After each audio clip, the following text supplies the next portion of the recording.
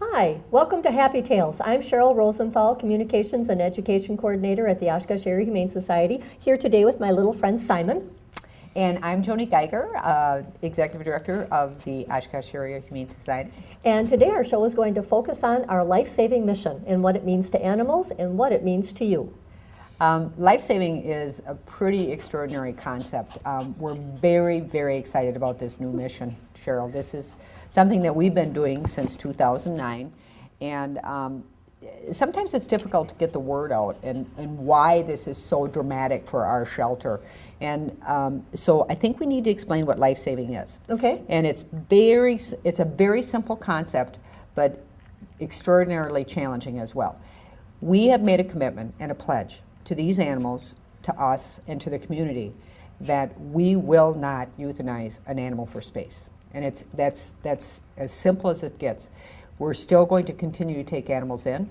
That none of that has changed, but because of this new commitment that we've made, obviously we have a lot more animals than we have in our past years. And so that's what we want to talk about today, how our community can be a part of this, what a tremendous impact it makes on animals. Right, and what we're going to do to expand the walls of the shelter. Right. The shelter only has a capacity to hold so many animals, and that's where our community comes in, is by taking down those walls and becoming part of the shelter. And there's 3 different ways that people can help with the life-saving mission, and we're going to discuss each one of those today. Right. We're going to talk about how donations help. We're going to talk about foster care, and we're going to talk about adoptions. And each one of those pieces is very important to the puzzle, because without those puzzle pieces, the picture is not complete. That's right. We have to have each one of those in place.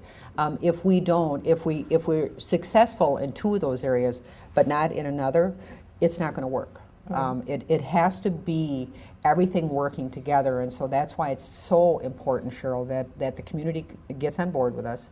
And I think they will, because it's been my impression over the number of years is that people want us to save animals. That's really what they want us to do. Before I worked here, when I think of an animal shelter, you should be saving lives. That's right. And that's what it's all about. And go ahead. I'm sorry, go ahead. One of the things that I've heard a lot since we've gone to our life-saving mission is people are a little confused. They say, well, you're a life-saving shelter now, or they'll refer to us as a no-kill. Right. And I think it's important for people to know that we're not a no-kill shelter. We're a life-saving shelter. And what's the difference, Cheryl? Right. There's different definitions of no-kill, depending upon the shelter. Sure. Some no-kill shelters turn animals away when they're full. Limited access. Some no-kill shelters only take cream of the crop. That's right. They only take animals that they know that they can adopt. Right. Some no-kill shelters hold animals indefinitely, including animals that have behavioral problems that cannot be resolved, nor do they have sometimes the resources to treat those behaviors. And Cheryl, on a personal level, I just feel so strongly about the fact that, animals that have to live in a cage, the rest of their lives in a small area like that, and you're not meeting any of those needs, and they're dying, they're literally emotionally dying 1,000 deaths every day.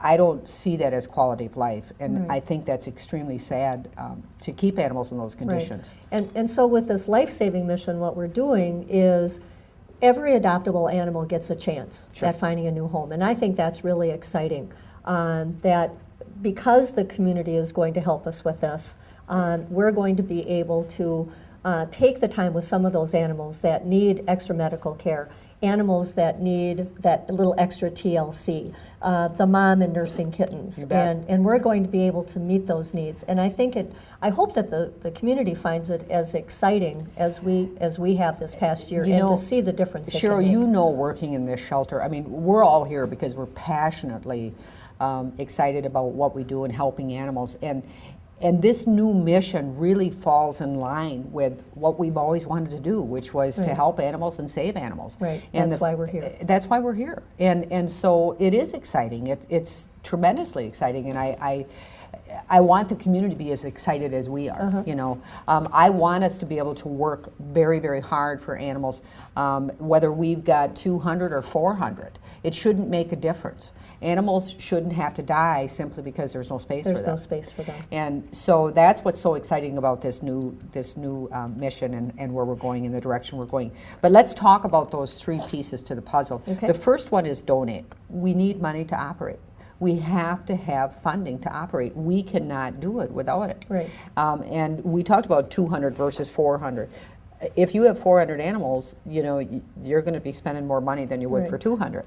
So it does make a difference. Well, and I think it's important, maybe you would like to share, you know, where does our funding come from? Sure. Who, you know, there's still that myth out there that we're, you know, city funded, or that we're receiving funds from national organizations. Yeah, absolutely or, not.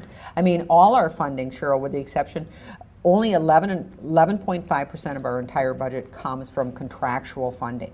In other words, for taking in stray animals from certain areas. The rest is all donated. It's all based on, you know, people being generous to this organization. And so it is extraordinarily important that we continue to get that funding. And so in order to complete the puzzle, the funding needs to be there. So obviously if people are unable to adopt, or they're unable to do foster care, you know, if they can help to Right. fund it. And we have a lot of different programs that people can visit our website and see, you know, the different ways that they maybe want to give to the organization, and sometimes even donating in-kind things. Sure. You know, the laundry detergent and those things. If everybody helped, if Yeah. everybody donated do a it. little We bit, can do it. we can make a huge, huge difference in the number of lives that we'll be able to save. And we will do it. We will do it. We're committed to this. We're definitely going to do it. So I think it's kind of important for people to get a visual of maybe somebody that they're actually helping. So I think what I'd like to do now is maybe show one of the recipients of our life-saving. So I think Good idea. let's go ahead and do that.